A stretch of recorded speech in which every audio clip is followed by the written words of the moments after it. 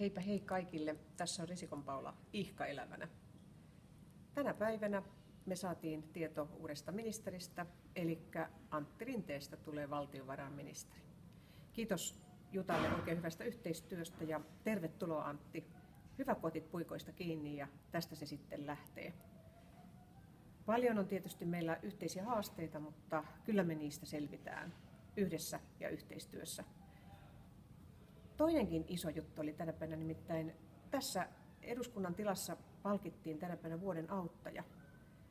Vuoden auttajan tittelin sai henkilö, joka on auttanut ihmisiä kivuissaan. Ja se on kyllä tärkeä asia. Monesti käy niin, että koko elämä menee siihen, että kärsii kipuja. Kumpa me itse kukin voitaisiin auttaa toinen toistamme, ettei niitä kipuja olisi. Ei ole muuta kuin oikein hyvää helatorstaita. Nähdään taas. Heippa!